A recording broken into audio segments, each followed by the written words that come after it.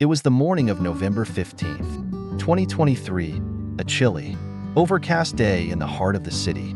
The streets were slick from an early morning rain, and a biting wind cut through the air, signaling that winter was fast approaching. The weather matched the mood of Charles Walker, an elderly man whose life had not been kind, dressed in a tattered coat and worn shoes. He looked every bit the weary old man he was. The lines on his face and the tremor in his calloused hands told the story of a life lived hard and long. Yet, today was different. Charles wasn't just walking through the streets like he had on so many other mornings. Today, he had a purpose, a mission. It wasn't just about surviving another day, another struggle. Today, he was determined to buy a Rolls-Royce. To most people, the idea of purchasing such an extravagant item might seem trivial, even absurd. But to Charles, this was a significant moment, a symbol of pride, a chance to give himself something he had never allowed himself to have before.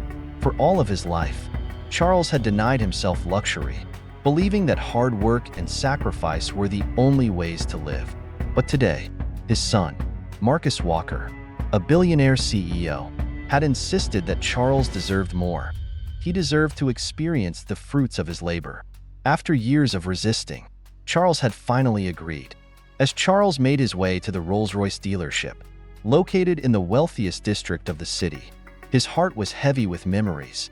This was not just a car to him. It was a symbol of the struggle he had endured growing up in the segregated South, where every day was a fight for dignity and respect.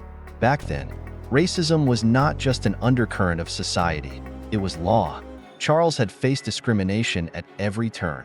He couldn't sit at certain counters, drink from certain fountains, or even walk on certain streets. But despite these barriers, he had worked tirelessly to provide a better life for his son, a life free from the constraints of the past. Now, Charles was finally allowing himself a moment of luxury, something he had earned, something that had nothing to do with the judgment of others. As he approached the showroom, the sleek, gleaming glass doors beckoned him inside. He paused for a moment, feeling the cold wind on his face. But the warmth inside the dealership called to him. He had never stepped foot into such an exclusive place before. The polished white marble floors, the shiny luxury cars locked behind glass cases. It was all so far removed from the world he had known, the world he had fought so hard to rise above. But he wasn't here just to look. He was here to buy. As he entered the showroom, he was immediately struck by the contrast between the cold, stormy world outside and the pristine, sterile environment inside. The warm air inside the dealership was a stark relief from the chill he had just left behind. The showroom was quiet, too quiet.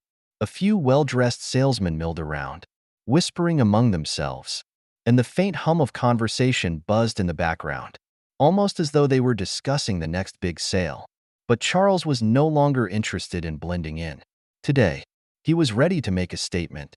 At the front desk sat Madison Reed, the receptionist. She was young, in her mid-20s, with blonde hair pulled back into a sleek ponytail.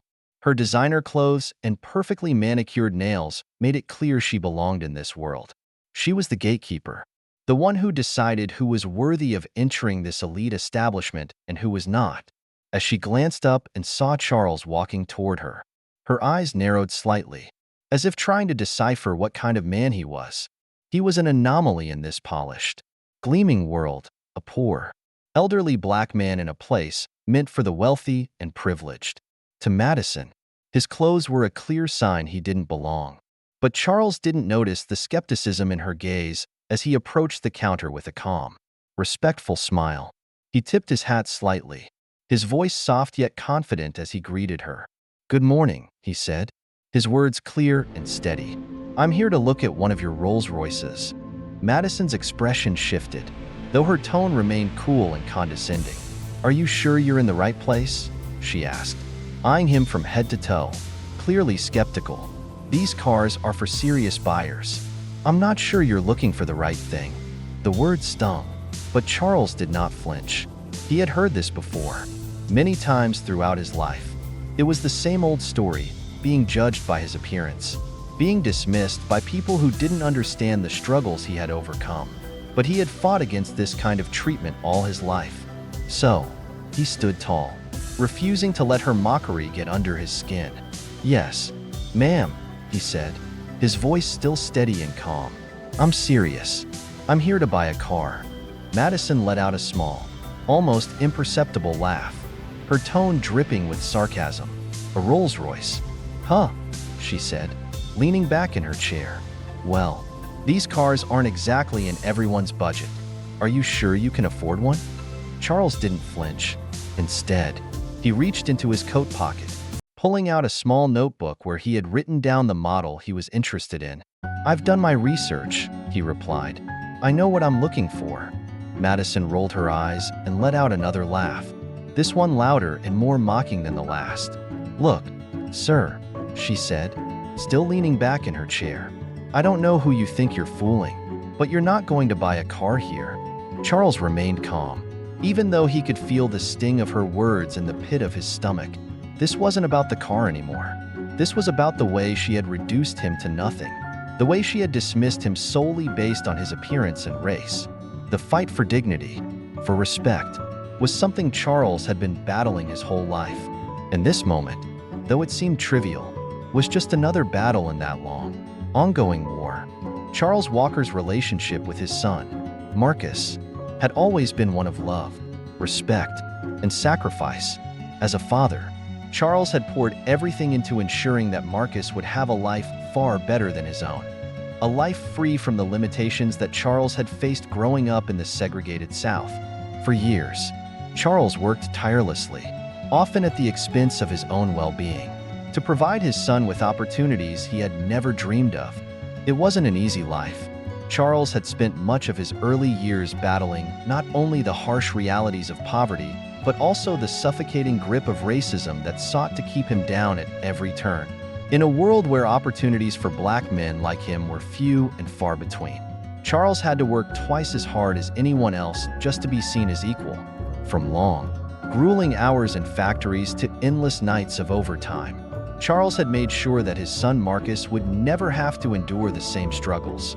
As Marcus grew up, it became clear to Charles that his son had inherited not only his work ethic, but also his deep sense of determination and integrity. Charles had raised him to be proud of who he was, to understand the value of hard work, and, above all, to never let anyone define him based on his race or background. Marcus had been a bright child, always eager to learn, always pushing boundaries, and always showing a level of maturity that far exceeded his age. Charles had watched with pride as his son went on to achieve things that most people could only dream of. Through his own relentless drive, Marcus had founded Walker Enterprises, a company that would become a powerhouse in the business world. Starting from nothing, Marcus had built the company from the ground up, working late hours, sacrificing time with his family, and making difficult decisions in the name of progress. His dedication paid off, and soon Walker Enterprises became one of the most respected and innovative companies in the industry. But despite his growing success, Marcus had never lost sight of the values his father had instilled in him. It was because of Charles's unwavering guidance that Marcus understood the importance of giving back, of making the world a better place, not just for himself, but for others as well. Marcus had become a philanthropist, known for his charitable work and his commitment to social causes.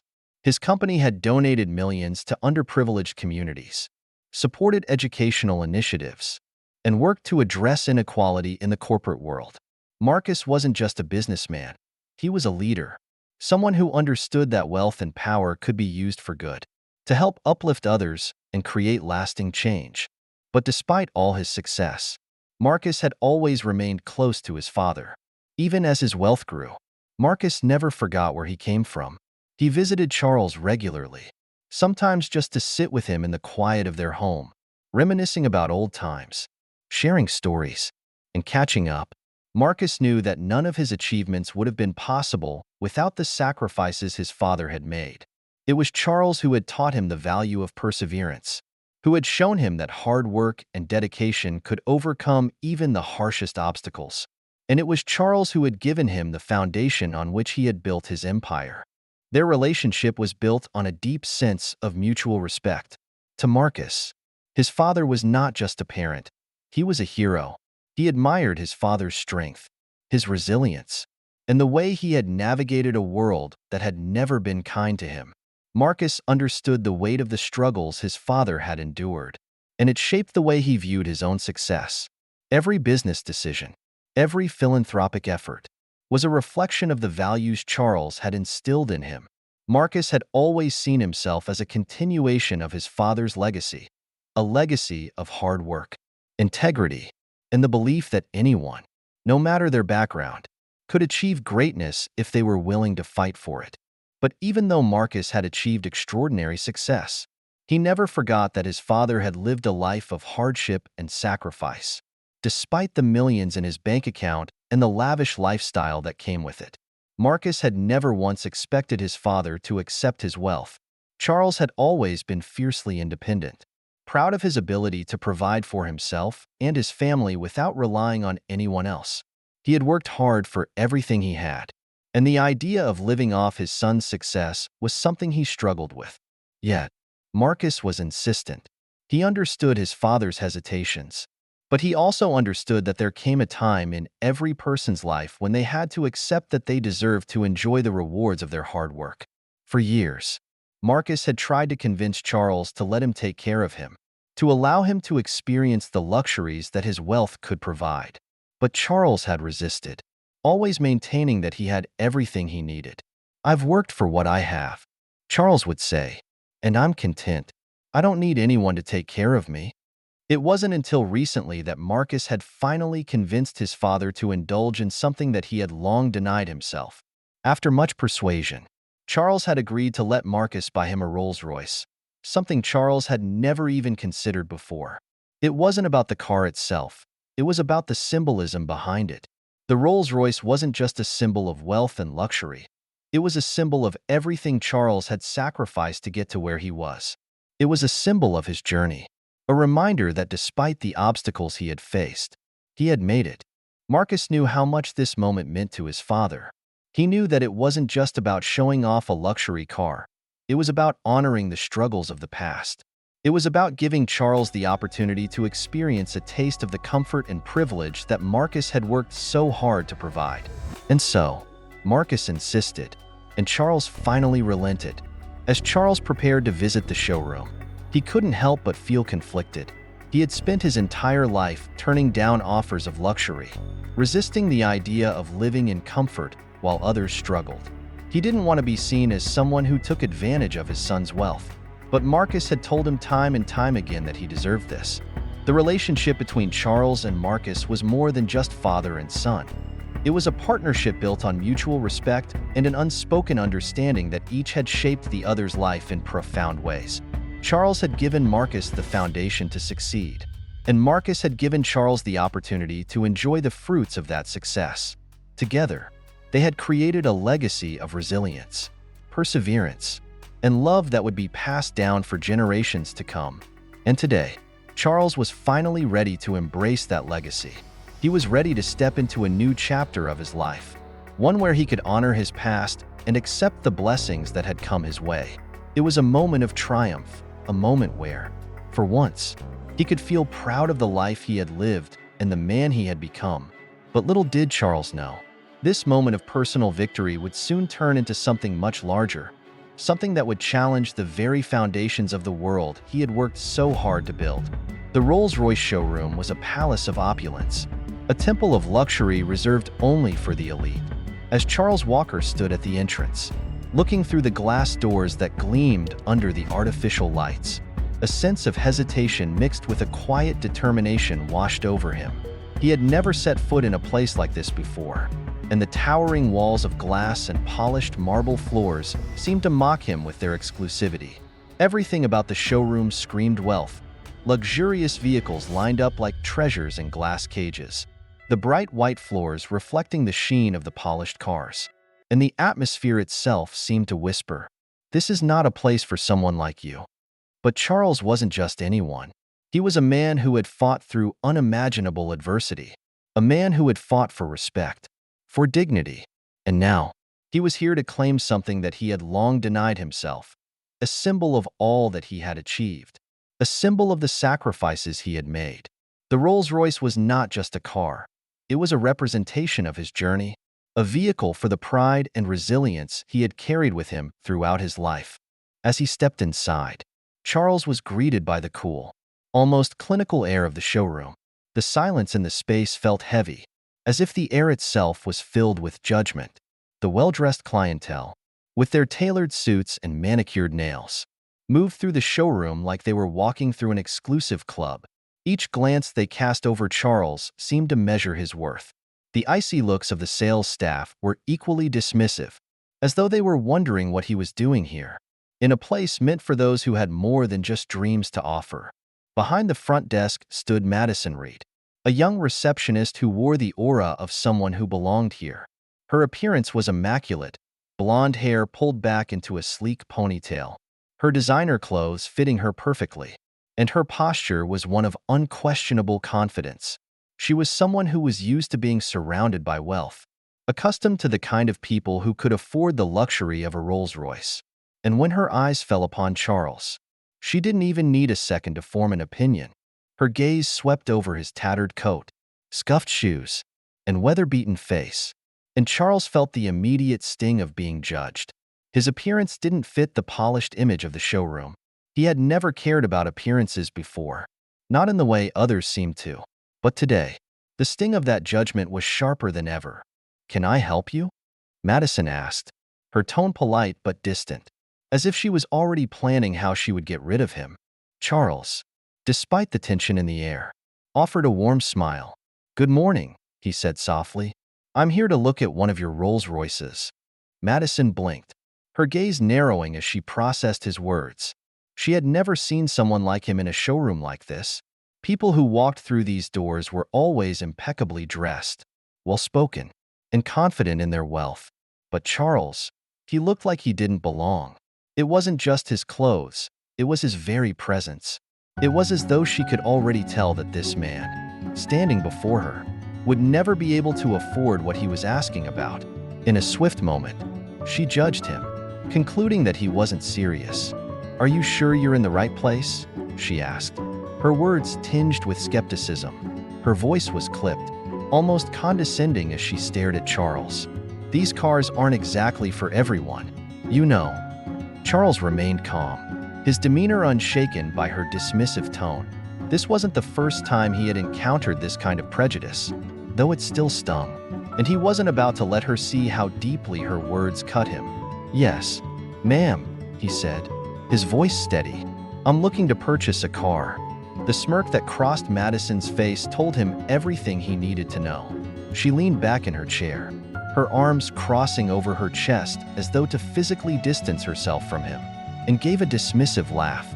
"We don't offer tours of the showroom, sir," she said with a tone of sarcasm that dripped off her words. "These cars are for serious buyers." Charles didn't flinch. His resolve was firm. He was here for a purpose. "I am serious," he replied. "I'd like to see one of your Phantom models." Her eyes flickered in disbelief. "You do know how much these cars cost, right?" she said, her voice dropping to a mockingly patronizing level, as if she were speaking to a child. A Rolls-Royce isn't exactly in everyone's budget. The words stung, but Charles pushed down the anger that threatened to rise.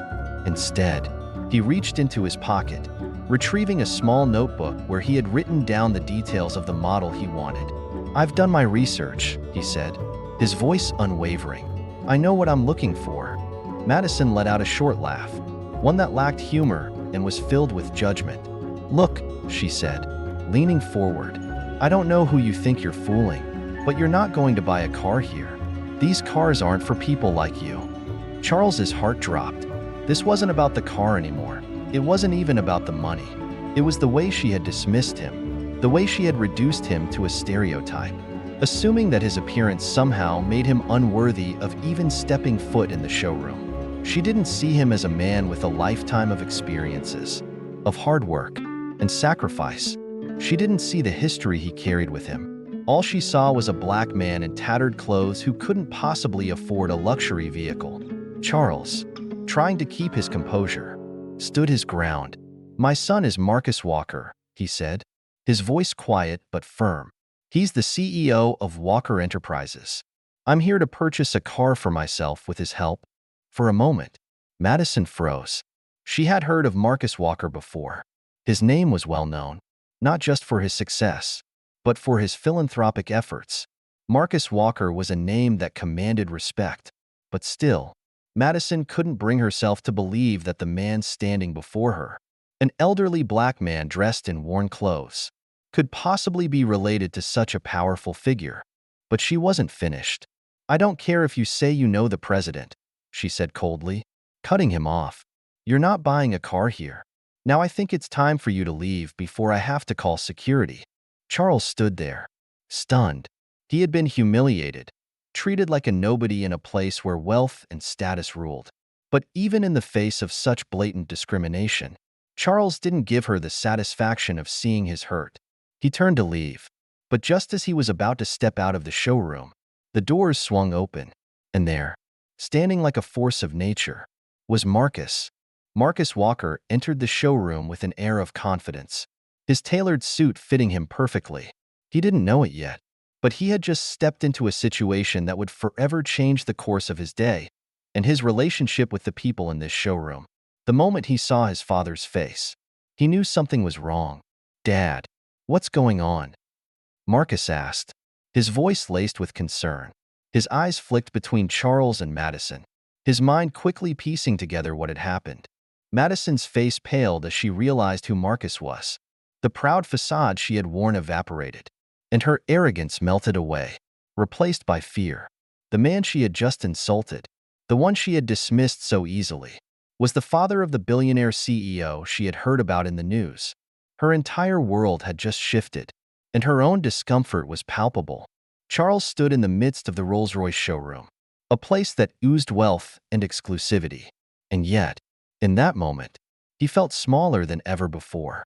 The polished marble floors beneath his feet, the gleaming luxury cars that lined the showroom, and the condescending glance from Madison, the receptionist, none of it made him feel welcome.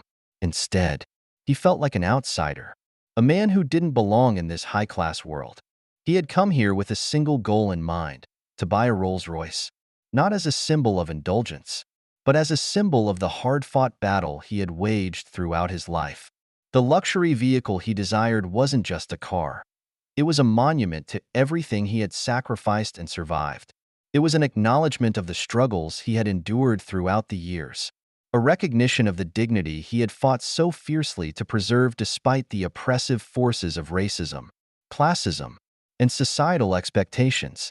But none of that mattered here. In this showroom, where money and social status determined a person's worth, Charles was nothing more than a poor, elderly black man, his years of hard work and perseverance reduced to nothing more than the tattered coat on his back and the scuffed shoes on his feet. Madison, the young receptionist, looked at him with eyes that didn't even attempt to mask her judgment. She didn't see a man who had lived through decades of hardship, a man who had worked tirelessly to raise his son and offer him a life far beyond what he had ever had. No, she saw a stereotype, a man whose outward appearance told her everything she needed to know about his worth. "You're sure you're in the right place?" she had asked, her voice dripping with disdain. Charles could feel the sting of her words, though he did his best to remain composed. The questioning look she had given him was a familiar one, a look he had faced countless times in his life. It was the look of someone who believed that a black man like him didn't belong in places reserved for the rich and powerful. It was the kind of look that said, "You don't belong here. You don't have the right to be here. You are not one of us." But Charles wasn't about to let Madison, or anyone else, diminish him.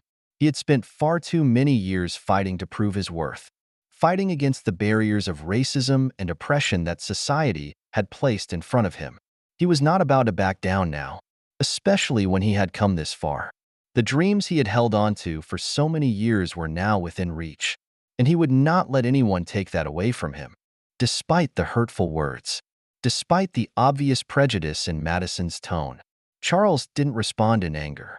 He didn't react the way society might have expected him to.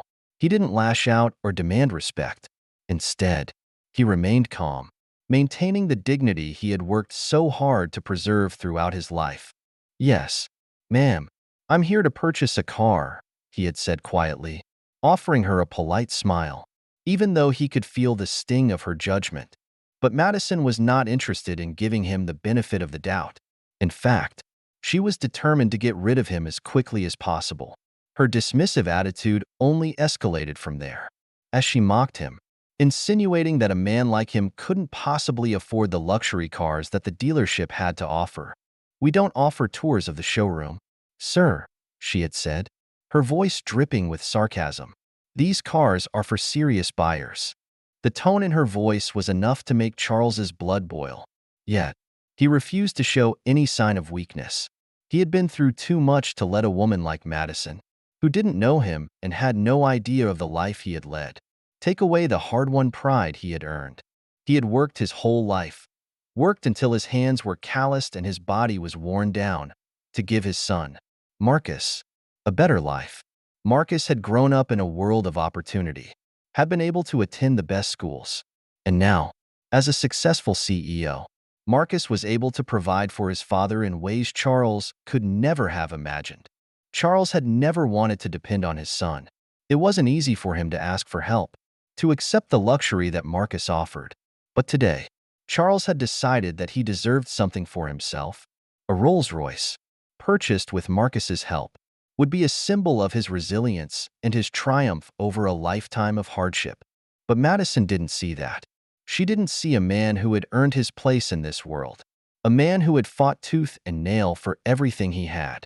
She only saw a man whose outward appearance did not match the expectations of the rich and powerful. Still, Charles kept his composure. When she mocked him for not understanding the price of a Rolls-Royce, he remained calm and steady. He didn't rise to her bait. Instead, he reached into his pocket and pulled out a small notebook where he had written down the model of the car he was interested in. "I've done my research," he told her, his voice steady. "I know what I'm looking for." But Madison wasn't done. She mocked him further, scoffing at the idea that someone like him could possibly afford such a luxury. "These cars aren't for people like you," she had said. Her words hit Charles harder than he cared to admit. He had heard the word "you" in so many different contexts throughout his life, but it was the phrase "people like you" that stung the most. It wasn't just about the car. It wasn't even about the money. It was about the way she had reduced him to his race, to his appearance.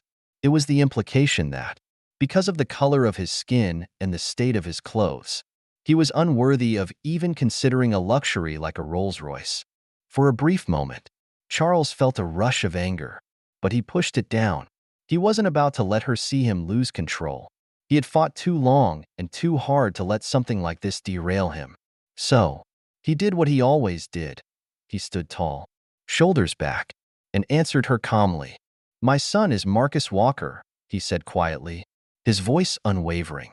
"He's the CEO of Walker Enterprises. I'm here to purchase a car for myself with his help." The moment the words left his mouth, Madison's expression faltered. It was as if she had never considered the possibility that the man standing before her could have any connection to someone of Marcus Walker's stature. She had never expected that the elderly black man she had just mocked could be the father of one of the most powerful business leaders in the world.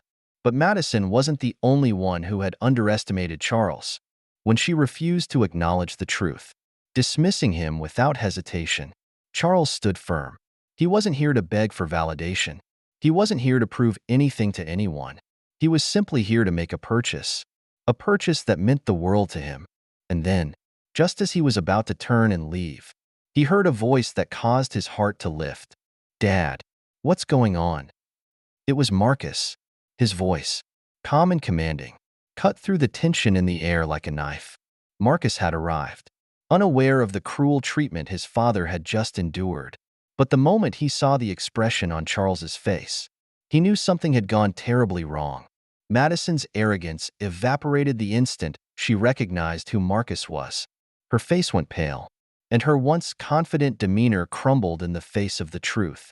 Marcus, the billionaire CEO, was standing before her, and her earlier dismissiveness now seemed painfully inappropriate. Charles, for the first time that day, allowed himself a small smile. Despite the sting of discrimination, despite the cruelty he had just faced, he knew that Marcus's presence in that moment had turned the tide. As the tension in the Rolls-Royce showroom grew palpable, Charles stood his ground, refusing to back down in the face of the dismissive treatment. His heart pounded in his chest, but he remained calm, just as he had throughout his life, no matter the obstacles or injustices he had faced. In this moment, however, he wasn't merely confronting Madison's condescension or the underlying prejudice that oozed from every word she spoke. He was also confronting the weight of a lifetime of experience, the accumulation of years spent navigating a world that had often been unforgiving, biased, and unkind. Despite the sting of Madison's words, Charles knew he had come too far to let her or anyone else define his worth based solely on his appearance.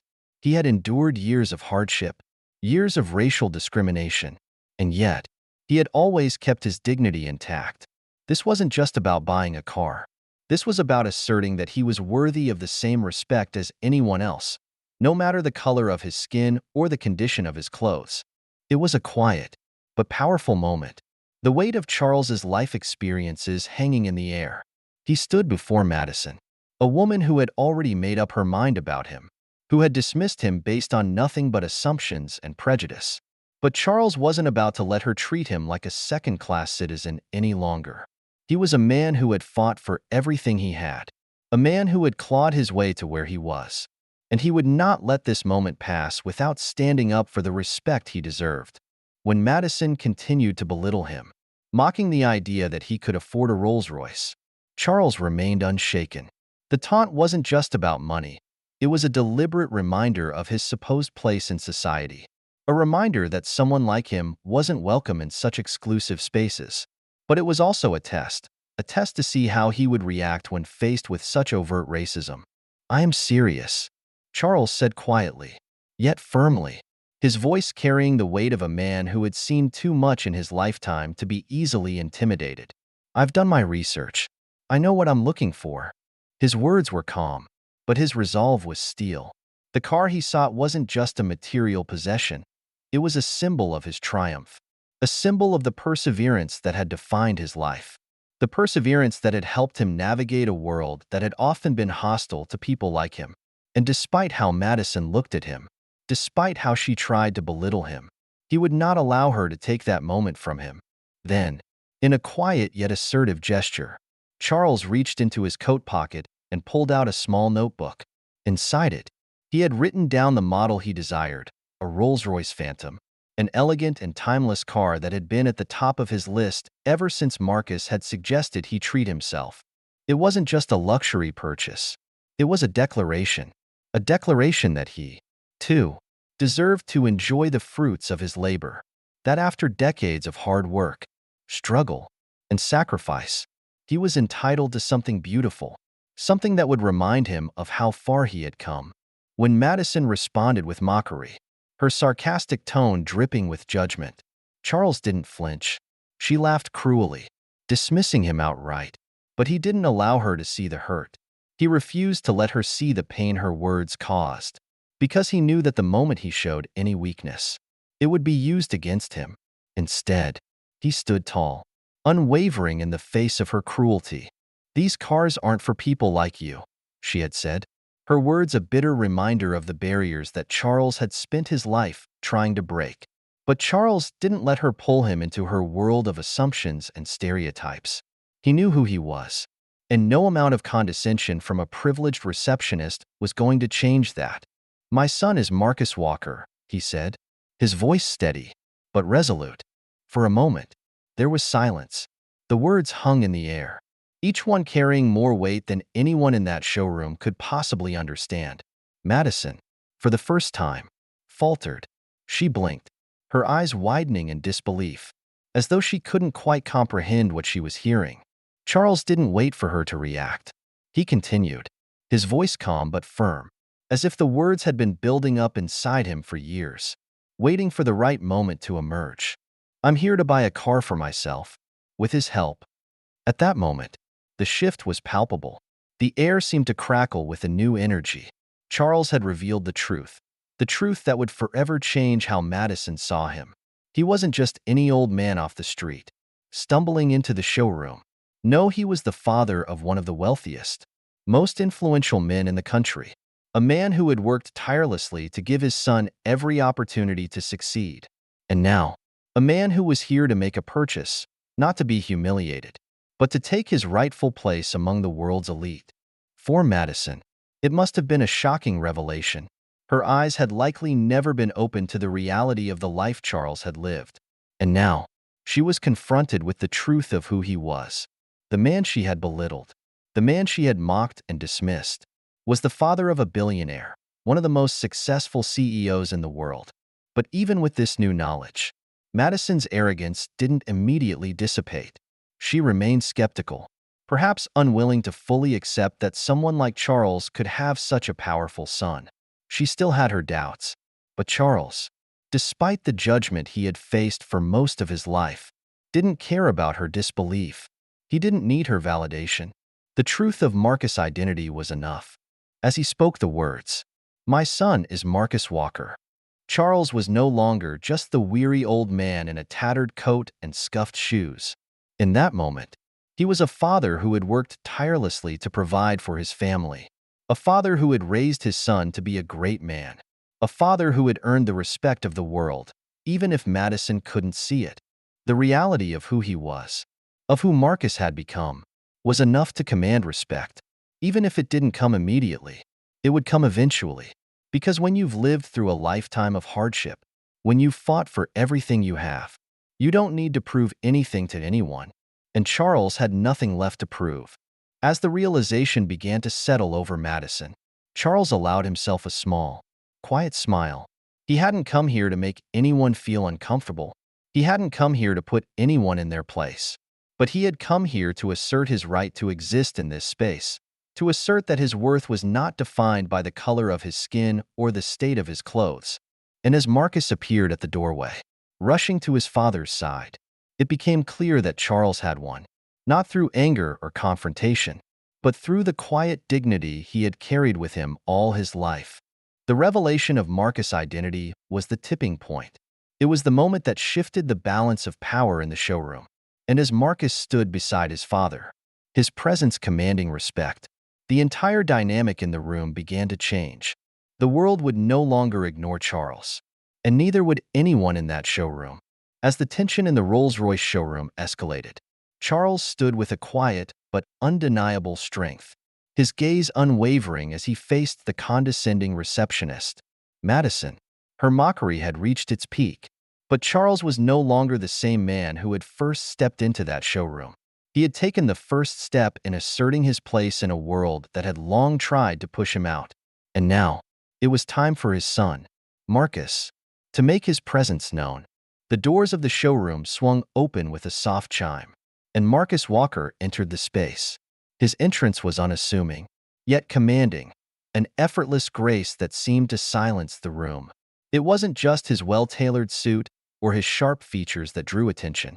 It was his presence, the unmistakable aura of authority and confidence that radiated from him. Marcus had always been a man who moved through life with purpose. His success as the CEO of Walker Enterprises, a company that had transformed under his leadership into one of the most influential business conglomerates in the country, was a direct result of his unyielding work ethic, intelligence, and drive. But even more than that, Marcus carried with him the values his father, Charles, had instilled in him from a young age. Values of dignity, respect, and hard work. These values weren't just words to Marcus, they were the core of who he was. As soon as Marcus entered the showroom, his eyes immediately found his father standing near the front desk. Facing Madison, he could see the frustration and anger in his father's eyes. Though Charles never showed it outwardly, the strained atmosphere in the room was palpable, and Marcus didn't need to ask what had transpired. The cold reception and the disdainful way Madison had treated his father were evident in every gesture, every exchange. Marcus' face hardened as he took in the situation. His calm demeanor shifted into a more purposeful one as he strode towards Charles with determination. He reached his father in a matter of seconds, concern flashing across his features as he asked, "Dad, what's going on?" Charles's answer was simple, yet profound. "They don't think I belong here," he said, his voice steady but tinged with the weight of years of experience dealing with prejudice. "But I came here for a reason. I've earned the right to be here." Marcus' eyes narrowed as he turned to face Madison, who now stood behind the counter, visibly flustered and uneasy. She had not expected to be confronted with Marcus Walker, the CEO of Walker Enterprises, and certainly not in this context. Her previous arrogance had evaporated, but her discomfort only added fuel to Marcus' fire. Without a moment's hesitation, Marcus addressed Madison, his voice icy with authority. "Is there a problem here?" he asked, his tone cold but unyielding. It wasn't a question so much as a statement, one that carried the full weight of his presence and the power he held as a business leader. Madison's eyes widened in shock. She stammered, caught off guard by the revelation that the man she had just insulted was none other than the father of the billionaire CEO. For a moment, she seemed to lose her ability to speak, her previous confidence crumbling under the pressure of Marcus' gaze. It was clear that the veneer of superiority she had worn so comfortably had been stripped away, leaving her vulnerable and exposed. Marcus didn't let up. He stepped closer to Madison, his words now directed at her with a sharpness that was impossible to ignore. "Do you understand who you've been talking to?" he asked, his voice steady but filled with undeniable authority. "This man," he gestured toward Charles, "is my father. He's worked harder than anyone I know to give me the life I have today. And yet, you treat him like he doesn't belong here." His words were not just an accusation. They were a reminder that his father was a man of worth, that his legacy was one of perseverance and sacrifice. Marcus wasn't just angry on behalf of his father. He was furious that anyone would think it was acceptable to judge him based on his appearance. He knew the pain his father had endured in a world that often saw people like him as lesser. But he also knew that the world had no right to define his father's worth. The room grew tense, and even though Madison remained silent, it was clear that the dynamic had shifted. Marcus' presence, his very essence, had altered the course of the conversation. No longer was Charles the vulnerable, elderly man being treated with disdain. Now, he was the father of a powerful and successful man, and that shift could not be ignored. Just as the weight of Marcus' words settled in the air, another figure entered the scene, the dealership manager, Mark Caldwell. He was tall, with salt and pepper hair, and a stern face that suggested he was used to keeping control of situations. But as he took in the scene before him, it was clear that he wasn't prepared for the confrontation that awaited him. "Mr. Walker," Mark said, his voice measured, but with a slight edge of uncertainty. He was trying to remain professional, but the situation had taken a turn he hadn't expected. He looked between Marcus and Madison, who was still standing there, unsure of how to proceed. "I apologize for any misunderstanding. We value your business here," he added, though his eyes lingered on Charles for a moment too long, and his attempt to mask his disdain for the older man didn't go unnoticed. Marcus' response was immediate. He was no longer willing to let the situation slide, not when it involved his father's dignity. "There is no misunderstanding," Marcus said, his voice now laced with anger. "You don't get to treat my father like this. You don't get to dismiss him because of the way he looks." His words were firm, unwavering, and they cut through the tension like a knife. Marcus wasn't interested in apologies or empty gestures. He wanted real change. He wanted Madison and Mark to understand that their behavior was unacceptable, that the casual racism they had demonstrated had no place in this world, no matter how much money they had or how high they thought their social status reached. "You think you can judge him?" Marcus continued, his voice rising with a controlled fury. "You think his worth is defined by his appearance? My father is a self-made man. He didn't come from wealth. He worked for everything he has. He didn't need your validation then, and he doesn't need it now." The room had gone silent. Madison stood there, looking more uncomfortable by the second, while Mark struggled to regain his composure. It was clear that Marcus wasn't backing down. His words weren't just directed at Madison. They were a challenge to anyone who thought they could define someone's worth by their race, their appearance, or their socioeconomic status. "Your actions were disrespectful," Marcus concluded, his voice growing more measured but still firm. And I will not allow my father to be treated like that. Not by anyone. With those final words, Marcus turned to Charles, placing a reassuring hand on his father's shoulder. The shift in the room was unmistakable. Charles no longer stood alone in the face of prejudice. He had the support of his son, and together, they had made it clear that the dealership's discriminatory behavior would not stand. As Marcus stood there, looking every bit the powerful CEO he was, it became clear that he had done more than just defend his father's dignity. He had shown the dealership and the world what true power looked like, not in money or status, but in standing up for what is right. The story of Charles and Marcus Walker is one that resonates deeply with many.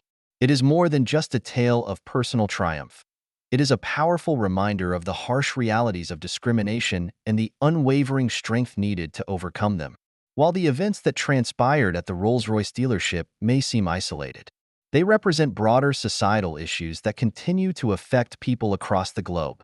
This narrative serves as both a lesson in dignity and resilience, and as a wake-up call about the pervasive nature of prejudice and inequality. The lesson of dignity and resilience. One of the most striking aspects of Charles Walker's character is his unwavering dignity. Despite years of hardship, racism, and societal barriers, Charles never allowed his circumstances to define him. He worked tirelessly throughout his life, not just for his own survival, but to provide a better life for his son, Marcus. Even when faced with the blatant disrespect of Madison, the dealership receptionist, Charles did not respond with anger or violence. Instead, he maintained his composure, standing firm in his truth. This is a powerful example of resilience, a refusal to let others' judgments or prejudices dictate one's sense of worth. This lesson is vital in today's world. In many societies, people of marginalized backgrounds still face systemic discrimination, whether based on race, class, gender, or other aspects of identity. However, the story of Charles Walker highlights that even in the face of these challenges, maintaining one's dignity and resilience is key to navigating such adversity. It is a lesson about holding on to personal values in the most difficult of circumstances, refusing to be bent by the prejudices of others. The role of advocacy and allyship. Marcus' intervention in the showroom is equally significant. When he steps in, he doesn't just defend his father. He challenges the very foundation of the discriminatory behavior exhibited by Madison. His actions highlight the importance of advocacy and allyship. Marcus could have chosen to remain silent, dismissing the situation as an isolated incident, but instead, he uses his position of power and influence to hold those responsible accountable. Advocacy, particularly from individuals in positions of power, is critical in the fight against discrimination. The world often needs those with privilege to speak out against injustice, as their voices can carry weight and amplify the struggles of marginalized individuals. Marcus did not simply defend his father out of a sense of familial duty. He understood that this was a larger issue, one that transcended his personal experience. By confronting the dealership staff, he stood up not just for Charles, but for anyone who has faced similar injustices. This is a crucial lesson for all of us. No matter our position in society, we all have a role to play in challenging inequality and standing up for those who cannot always stand up for themselves. The ongoing struggle against systemic discrimination. While the Walker story is an example of personal triumph, it also shines a light on a much larger and deeply rooted problem: systemic discrimination. The events that unfold in the showroom are not isolated. They reflect a deeply ingrained cultural norm that continues to affect individuals across various spheres of life. Whether it's in the workplace, in education, or in public spaces, racism and prejudice are still pervasive, and they can shape the opportunities and treatment people receive. Discrimination is not just an issue of individual bias, it is embedded in systems, institutions, and cultures. The experience of Charles is a reminder that discrimination isn't always overt. Sometimes it is subtle, hidden beneath layers of privilege and unconscious bias. The dismissive behavior of Madison is a prime example of how subtle discrimination can manifest in ways that are easy to overlook, but equally harmful. It's easy to think that overt acts of racism, like slurs or violent acts, are the only forms of discrimination that need attention.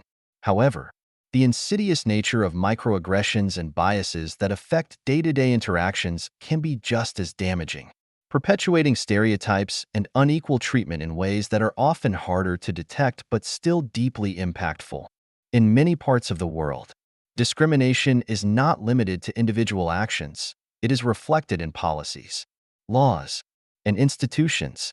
For example, studies have shown that people of color are often subject to harsher treatment in job markets, healthcare, and law enforcement. The story of Charles Walker is a microcosm of this broader issue, where an individual's worth is judged based on the color of their skin and their socioeconomic status. Despite all they have accomplished, it is a stark reminder that there is still much work to be done to create equitable systems for all. Global issues of health and leadership. In the context of global issues, this story also intersects with another critical issue: the health and well-being of leaders around the world. As we look to 2025, health concerns regarding global leaders are becoming increasingly significant. Leaders of powerful nations are aging, and their health can directly impact international relations, policy decisions, and global stability. In many instances, the struggles these leaders face with their health are also shaped by systems of power, privilege, and sometimes the very same societal pressures that lead to discrimination. Leaders like President Joe Biden of the United States, Queen Elizabeth II, who passed away in 2022, and other aging figures in positions of power have faced public scrutiny over their health. Often, the focus on their physical and mental well-being overshadows their policies or the challenges they face as leaders of their nations. The global spotlight on health is not just a matter of personal well-being. It's an issue that intersects with how societies view their leaders and how they are treated. Just as Charles Walker faced prejudice based on his age, race, and appearance, this is another reminder of the need for systemic changes that can help address these inequalities. Just as Marcus stood up for his father in the showroom, we must all be prepared to advocate for leaders and individuals who may face bias due to their health, appearance, or other factors. In many cases, the challenges that leaders face are compounded by ageism, racism, or ableism, issues that also require ongoing advocacy and reform to create a more just and inclusive society. Conclusion. The story of Charles and Marcus Walker teaches us vital lessons about dignity, resilience, and the importance of standing up against injustice. It highlights the need for advocacy and allyship, especially from those in positions of power. While the incident at the Rolls-Royce dealership was personal, it reflects a broader societal issue that requires ongoing attention: the deep-rooted nature of discrimination and inequality.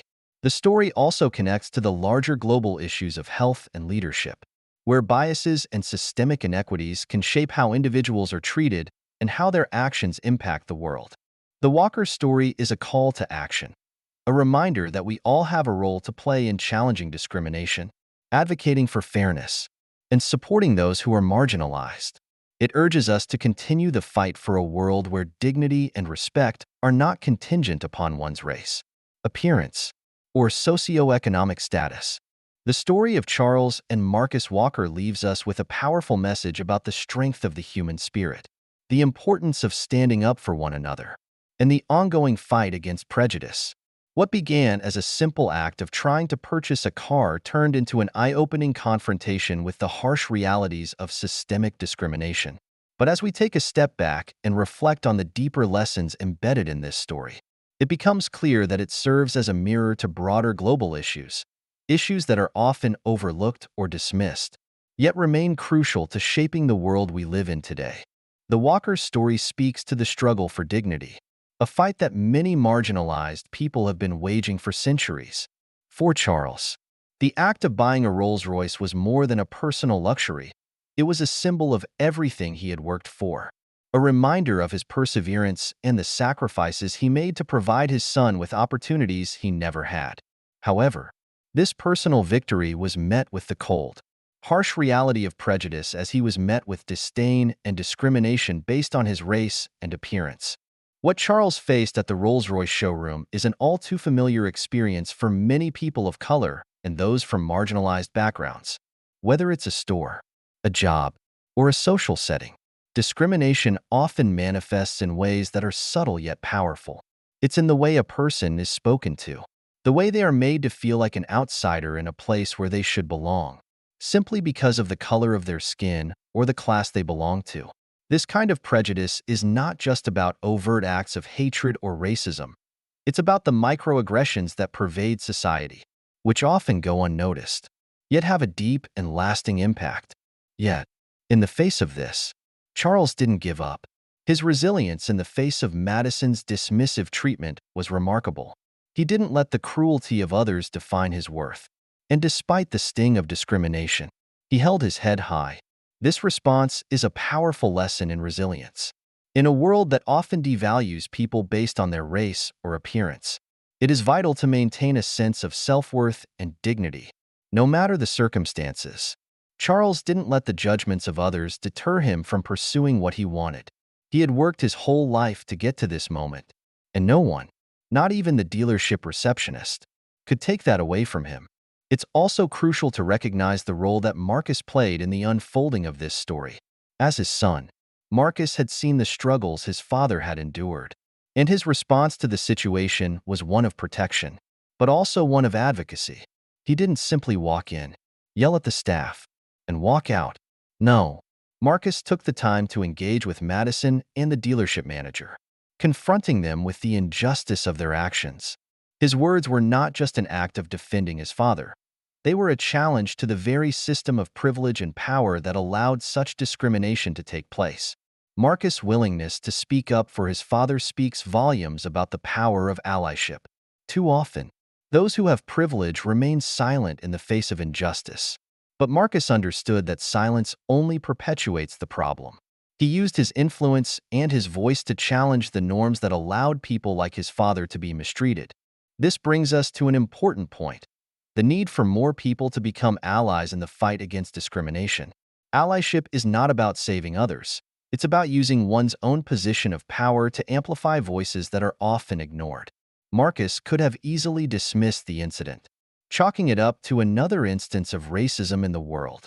But instead, he recognized that this was an opportunity to challenge the status quo, to hold the dealership accountable, and to show that those with power have a responsibility to use it for good.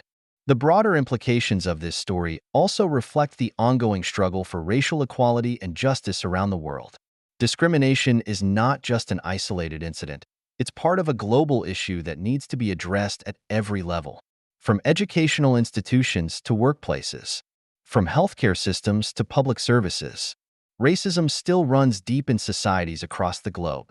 The sad truth is that despite progress in many areas, people of color and marginalized groups continue to face prejudice in ways that affect their quality of life, their opportunities, and their mental and physical well-being. The incident at the Rolls-Royce showroom, while personal to Charles, represents a much larger societal problem.